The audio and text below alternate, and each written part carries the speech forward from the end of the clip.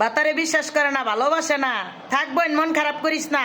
আমি তো গো বাতার বিশেষজ্ঞ আপা আছি না, তো করে বালা বালা বুদ্ধি দিম। বাতারে যদি ভালো না বাসে, বাতারে যদি বিশ্বাস না করে, ভাতারে যেই কামগুলা করতে মনে কর অপছন্দ করে, এই কাজগুলা করবি না। ওই ধর ভাতারে যদি মনে কর তোরে তুই সাইডটা প্রেম প্রীতি 12টা বিয়া শাদিও করে, তুই মাইনা নিবি, লগে লগে করবি।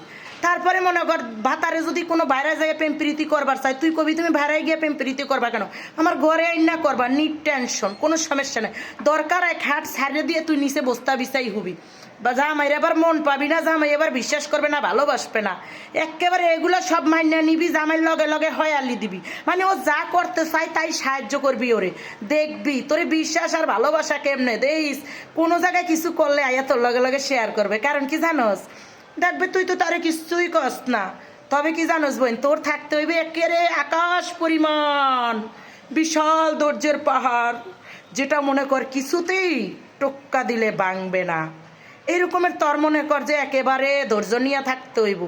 ধৈর্য নিয়ে থাকতে থাকতে থাকতে থাকতে তোর একটা পর্যায়ে দেখবি জামাই তোর এই মনে কর নীতি আদর্শ দেখা ওই ভালো হয়ে যাইব গা। আর না আইলে মনে কর একটা লাস্ট ফিনিশিংয়ে আতুর একটা লইয়া ওর ডান্ডাটার ভিত্তে একটা টাক মারবি, একের ডান্ডাটারে খণ্ড খণ্ড করে হালাবি। ওই ভালো হইলো হইলো, না হইলে একের ধরে ডাস্টবিনই হালাই দিবি। এটাই হলো সোজা টিপস, কোনো টেনশনের কারণ।